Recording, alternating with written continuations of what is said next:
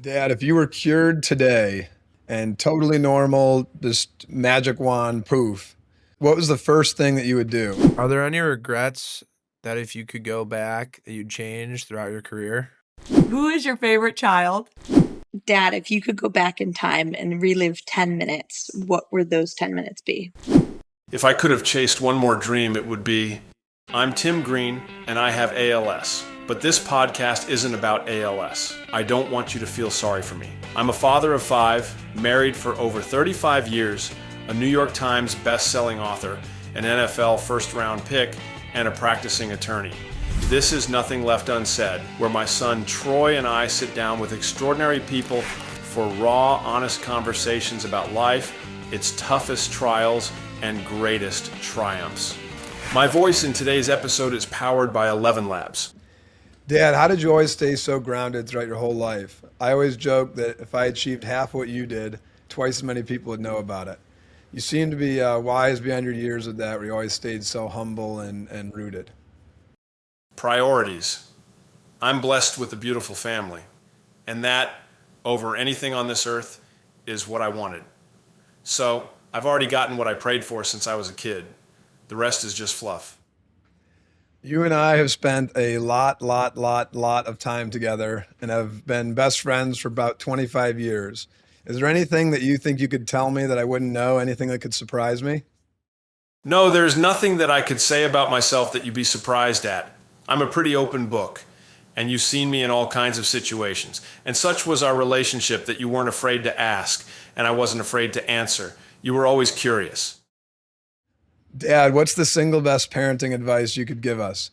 Everyone that's around our family, from when we were young to even now, people tell us how lucky we are to have you and Mom as our parents. So what do you got for us?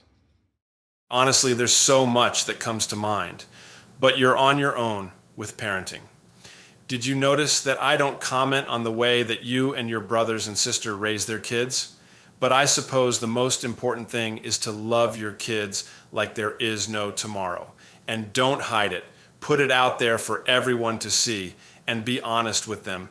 If you are wrong, say you're sorry. And this was going to be my one thing. If I didn't break the rules by going on, it would be to get them into a great church and get assimilated to Jesus Christ.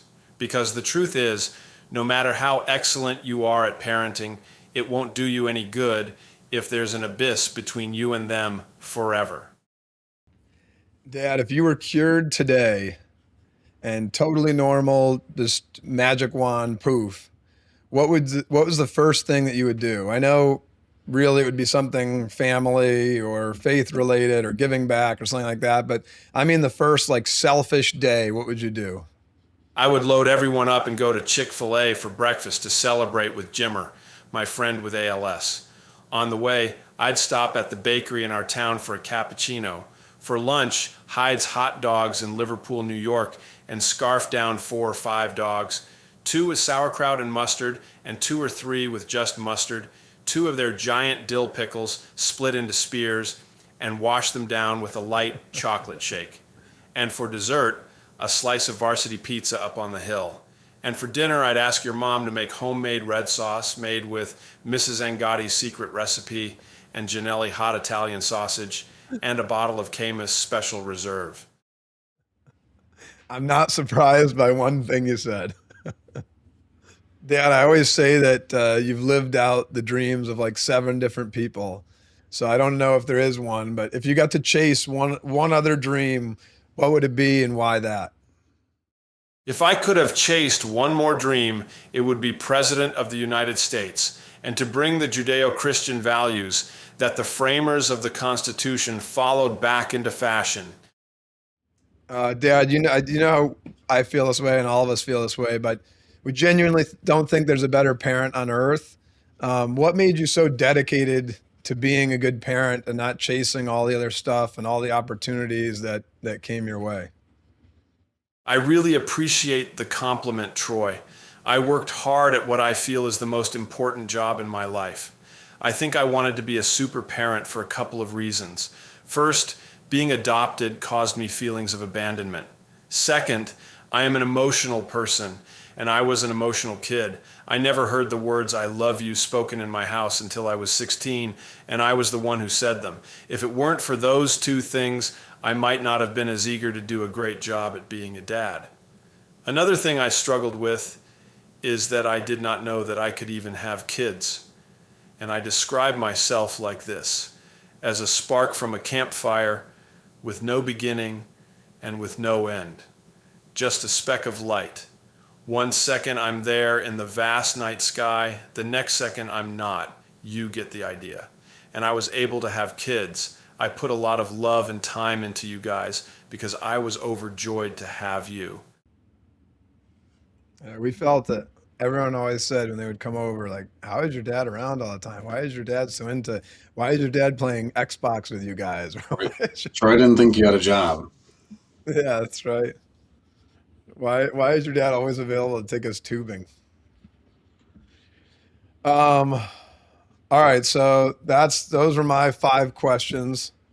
Ty, we're going to transition to you. What career helped shape who you are today the most? I would have to say the NFL, Ty, because that's opened the doors to every other career I've had. I'm going to name the people who helped me with facilitating these opportunities because I want to make sure they get the credit they deserve. Without the NFL, George O'Leary, I wouldn't have had my gig at the local newspaper with Bud Poliquin, which led to NPR. NPR led to Marv Albert through Stu Listen, which led to my first book being published with the help of Michael Regan through Larry Larson. Then my career at Fox as an NFL game analyst. Ed Gorin through Stu Listen and Sandy Montag. Led to NFL Game Day from Sandy Montag. I started at A Current Affair through Peter Brennan, Ronnie Pitts, and Babette Perry. That led to Find My Family, Tom Foreman through Babette again. All of it. Even my career as a lawyer at Barclay Damon. And of those careers, which one was your favorite and least favorite? My favorite is writing. My least favorite was A Current Affair. The people were fantastic, but the show wasn't very good, and it would take me away from home too much. I think my least favorite of yours was A Current Affair, too. Definitely a Current Affair. Are there any regrets that if you could go back that you'd change throughout your career? I regret not being more forceful when the Dallas Cowboys wanted to trade for me. I went to my position coach and timidly asked if I could be traded. I should have demanded a trade. The other thing is changing editors at Warner Books.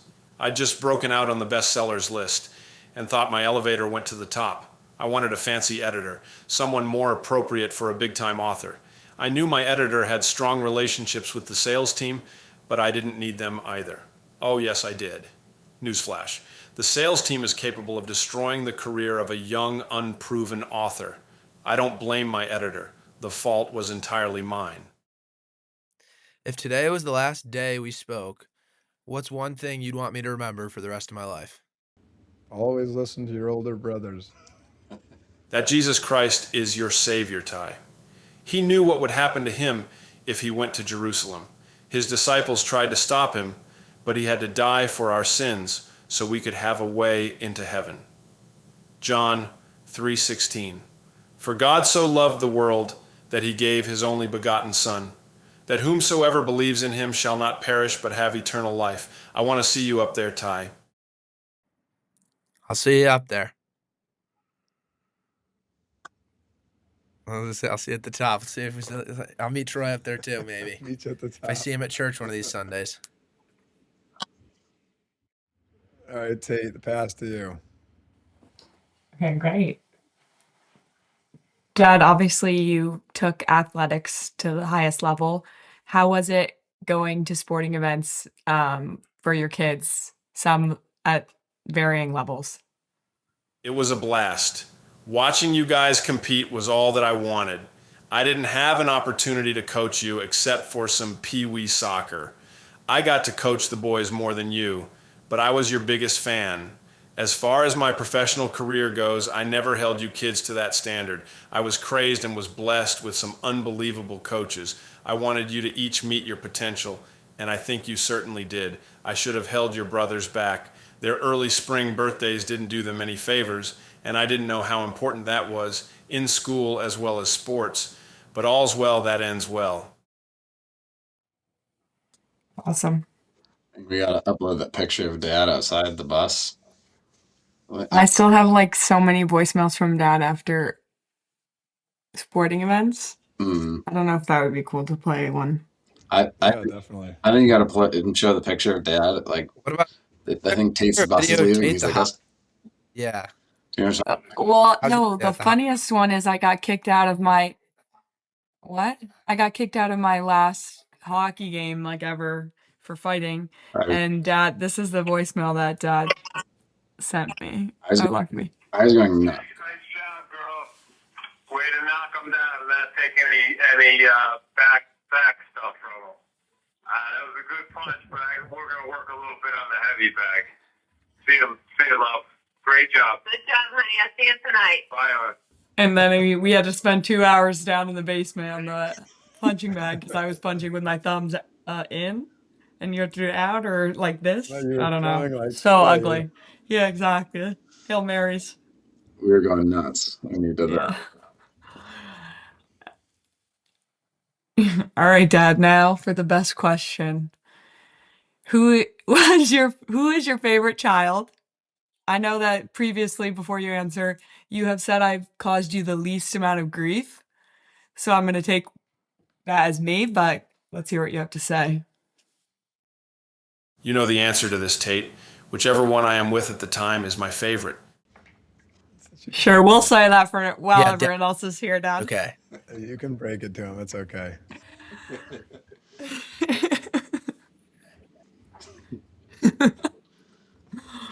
We can't hear you, Ty. Everybody says Yeah, first is Thane, the I best. had to take my headphone out for that. I'm pretty sure that nobody has ever said that. Thane, you even know it's not you. Give up. Yeah. Yep, I picked that up there, Troy. I agree I with think that. they say first is the worst, actually. I think that's Yeah, maybe in kindergarten. Dad, you've achieved so much in your life. What is the most important to you when thinking about your legacy? First, as a Christian, although I was a poor one for the first 55 years of my life. Second, I would like to be remembered as a father and husband. You kids are my greatest legacy of all, and I am so very proud of you all. You, a graduate of Harvard and a mother. Ty is a replication of me, and he is in Hamilton College playing lacrosse and studying economics. Troy, a father, a lawyer, and an entrepreneur. Tessa, a mother and a veterinarian. Thane is a father and a child and family counselor. Third, I would like to be remembered as a middle grade author who wrote books that got reluctant readers to discover the joy of reading and making them smarter and kinder in the process, and a #1 New York Times best-selling author to boot. Fourth, as a College Football Hall of Fame inductee, a consensus All-American, a first-round NFL draft pick, Syracuse University co-valedictorian Phi Beta Kappa. Fifth, as a New York State wrestling heavyweight champion. Not a volleyball captain. Sixth is a middle school volleyball team captain. Dad, you previously just mentioned about how the NFL kind of kickstarted your whole path and careers. But if you never pursued athletics at all, what do you think you'd want to do as your career? I would have tried to be a heart surgeon. Dad, you've met and talked with so many different people throughout your career and your life. Who were you the most starstruck to meet? It would have to be Paul Newman. Who's Paul Newman? Paul Newman. I thought for sure it was going to be Idris Elba. Guys, Me too. I thought you were Newman. going to tell the whole story that we were Or- together. I set you up for that. Tate. Or Denzel Tate. Washington. I thought it was Okay, one then of I'll those tell the two. story. Dad and I were flying to London, and we had our whole flight. The flight landed, whatever. We got up, we were standing in our row, whatever. And he starts like shaking. And at this point in my life, had never seen Dad starstruck. I've seen him with people. He sat next to Tom Felton, who's Draco Malfoy from Harry Potter, and didn't even know who it was for a whole flight previously. He has no, whatever. I didn't know who Idris Elba was at the time. And he started telling me about Luther, but Idris Elba, blah, blah, blah. Like he starts just rambling at me. I said, Dad, you go say hello to him. Tell him you like his work. I didn't even know he was like a teenage girl the way he was chitter chattering. So I thought for sure that's what you were going to say. And Dad did say hi to him. I love your work. And he was really appreciative. And Dad was really happy after that. Yeah, that was right when we were watching Luther. And I had no idea. Now I know who he is, but it was so funny. You should have seen Dad on the podcast with Huey Lewis, how excited he was I before we even started. feel like the most I don't, excited. Oh, God. okay. I don't even know who Paul Newman is. Yeah, I got to Google that. I feel like Me neither, the Troy. most excited I saw was when we saw Deion Sanders and Ty was on his shoulders. Remember at the Falcons game? And they were in the middle of broadcasting, and Dad didn't want, he didn't know, I don't want to bother him. I don't want to go up to him. And Deion saw Dad stop at the middle of recording and jump down and was like, Jimmy Green! And ran over and gave him a hug. Dad, you were beaming from ear to ear with Ty on your shoulders. And I remember Michael Irving looking over like, what the hell are you doing? What the hell are you doing? Tessa, pass it to you. Dad, if you could go back in time and relive 10 minutes, what would those 10 minutes be? I took this as a moment I would change if I got to relive it. If that's the case, then it would be when I asked the Falcons to trade me to the Cowboys. There were a few of my college coaches on their staff who would have looked out for me, and they won several Super Bowls in that era. I should have demanded a trade. As a person, what has been your greatest accomplishment? What are you most proud of? Without question, it's you kids. That's good, at least. Flattered. Guys. Charmed. Charmed, I'm sure. What is the best piece of advice you've ever been given? To dig deeper into my faith and seek our Lord Jesus Christ for the forgiveness of my sins. All right. As a mom, I see so much of myself in each and every one of my kids. What do you see, or what of yourself do you see in us? Thane, my caring and concern for others. You, my determination. Troy, my tenacity. Tate, my competitiveness. And then Ty, what doesn't he remind me of myself? Thane, that's you. All right. You were all of our hero growing up and many of our friends' heroes. Who was your hero when you were growing up? And did you ever meet them and did they live up to the expectations? My first hero was Mark Berryhill. He was 2 years older than me.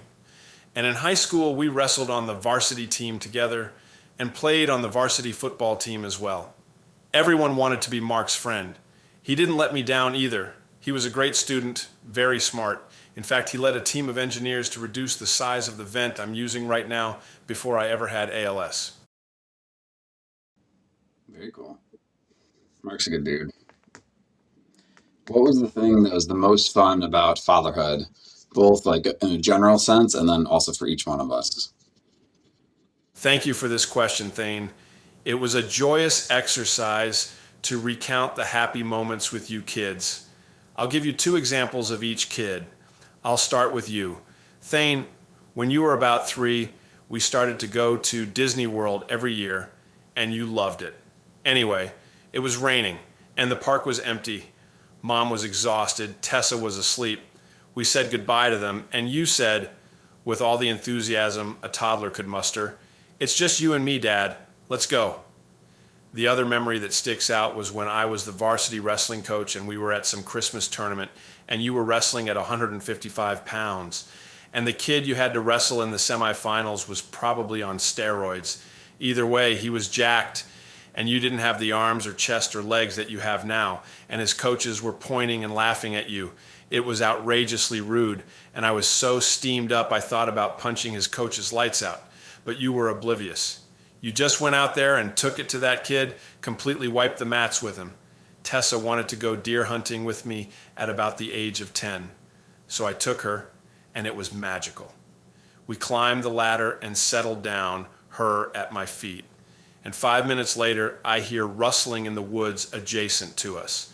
I stand up and use a grunt call to lure the buck, if it is a buck, out into the open. It was a buck, and he comes crashing out into the open, ready to fight. He's only a 4-pointer, but I'm a meat hunter, so the younger the better. I fit an arrow into my bow with the call in my mouth because the 4-point is still 50 yards away. So I grunt again, softer this time, and the buck starts to trot towards us and stops at 20 yards. Then of all things, He turns broadside to us, which is a hunter's dream. I waited until he put his head down before I drew my bow, aimed, and shot. The deer took off. We climbed down. We found the arrow covered in blood. We found the blood trail, thick and scarlet on the alfalfa. I said to Tessa as we followed the trail into the woods and to the deer, "Just so you know, it's never this easy." It did not matter. She was hooked. The other thing with Tess was her time at St. Kitts. I was so proud of her to be studying to be a doctor from such a highly respected vet school and finishing up at Wisconsin. I loved the food there. Indian, Italian, rock lobster, sangria, and ice cold beer on the beach. I loved that place. Troy, you were the toughest. My son, my shadow, my best friend. So I'm going to name a bunch of things that won't mean anything to the audience, but you'll get it.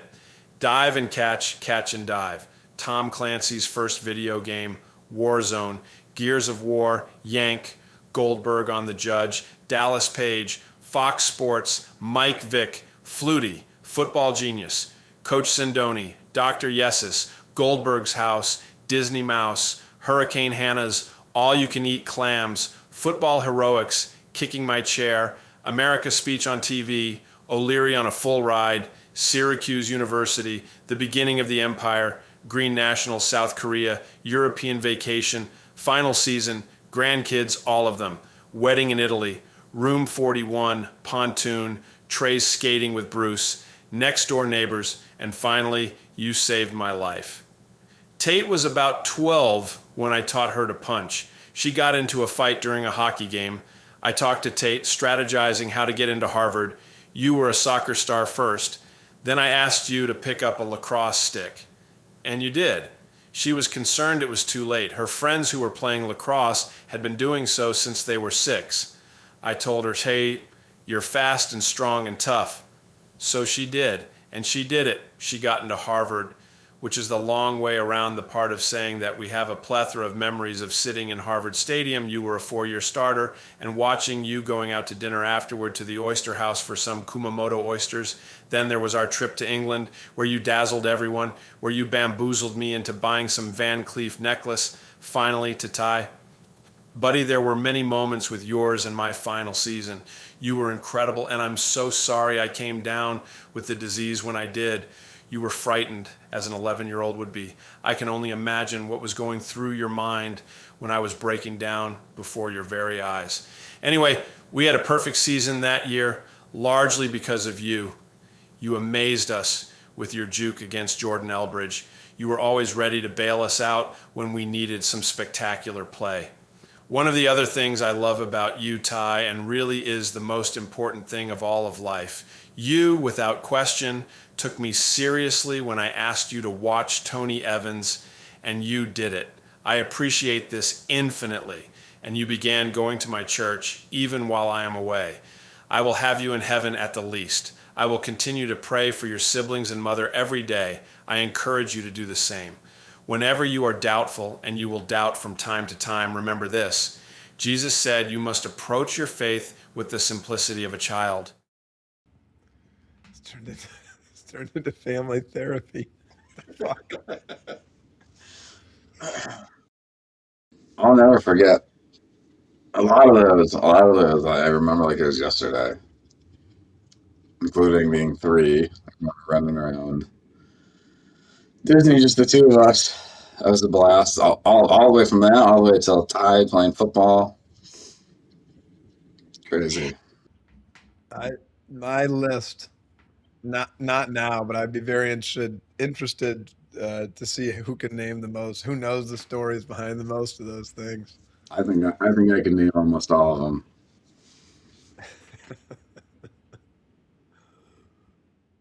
Now that you're a grandpa of 11, what are you most excited about watching your grandkids grow up?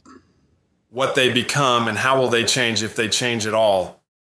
And so I don't know how, but you're always doing new things, even with everything going on. And you've always been kind of pushing and trying new things, and you haven't let ALS slow you down. So what's next? Is there anything else that you'd like to learn or try?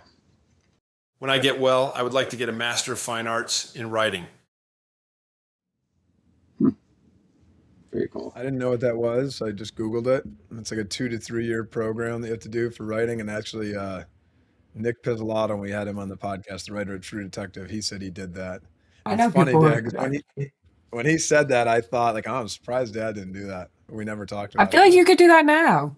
Yeah, that's what I think too. Yeah. I mean, how many If Troy stops working him on this podcast, how it's many that time. how many kids in the class do you think are going to be #1 New York Times bestselling authors coming to get their master's? Yeah. But even like if you just did one class at a time, I bet you could chip away at it. Do like you did law school. What are your dreams for our family's future, and what do we have to do to get there? A Christian family through and through. We all need to have an open mind. Learn from those who have gone before you, attend church regularly, and give back. Now on to our final word segment, where we ask our guests a few rapid-fire questions. What was the happiest moment of your life? The day I met your mom. Dad, what's the biggest adversity you've ever faced? Either mom's cancer or my ALS. What are you most excited about in the future? Continuing to watch Ty grow up and see what he does next. I'm also excited to see all of my grandkids become their own people.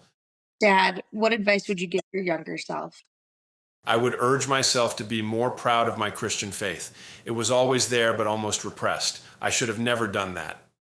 Do you have any book recommendations for us or the listeners? I'm going to steal an answer from one of our previous podcast guests and say the Bible. If someone was looking for something not spiritual, I love whatever Nick Pizzolatto writes, but especially his collection of short stories. Dad, as you know, the name of this podcast is Nothing Left Unsaid. Do you have anything else that you want to say? Just that I love you guys forever and infinity. Grandkids, if you're watching this one day when you're older, I also love you forever and infinity. You have no idea how much I would love to be crawling around on the floor with you guys playing. If I get cured to the point where I can do that kind of stuff, I'll make up for all of the lost time.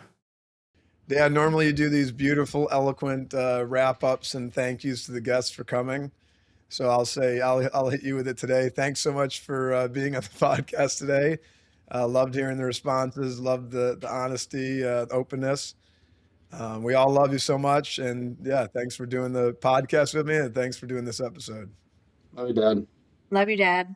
Yeah, thanks, Dad. I know how much time it takes to write all those, and it was really fun and really impactful to hear. Love you, Dad. Love you. Love you guys.